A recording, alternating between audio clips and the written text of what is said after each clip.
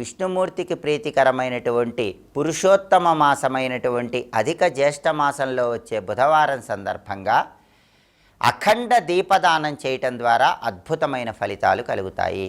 కార్తీక మాసంలో దీపదానం అంటే ఒక ప్రమిదలో ఆవు నెయ్యి పోసి ఒత్తులు వేసి దేవాలయ ప్రాంగణంలో బ్రాహ్మణుడికి దానం ఇస్తాం.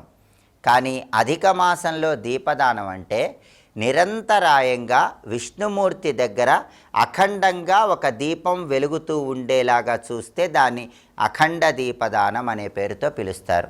పురుషోత్తమ మాహత్యం అనే ప్రామాణిక గ్రంథం ప్రకారం అధిక మాసంలో ఎవరైతే ఈ అఖండ దీపదానం చేస్తారో వాళ్ళకి జన్మజన్మల పాపాలన్నీ తొలగిపోయి విష్ణుమూర్తి అనుగ్రహం వల్ల కష్టాల నుంచి సులభంగా బయటపడవచ్చు. కాబట్టి ఈరోజు అందరూ కూడా ఇంట్లో విష్ణు సంబంధమైనటువంటి చిత్రపటము లేదా విగ్రహం దగ్గర పెద్ద ప్రమిదలో ఆవు నెయ్యి కానీ నువ్వుల నూనె కానీ పోసి ఒత్తులు వేసి ఆ దీపం అఖండంగా నిరంతరాయంగా వెలిగేలా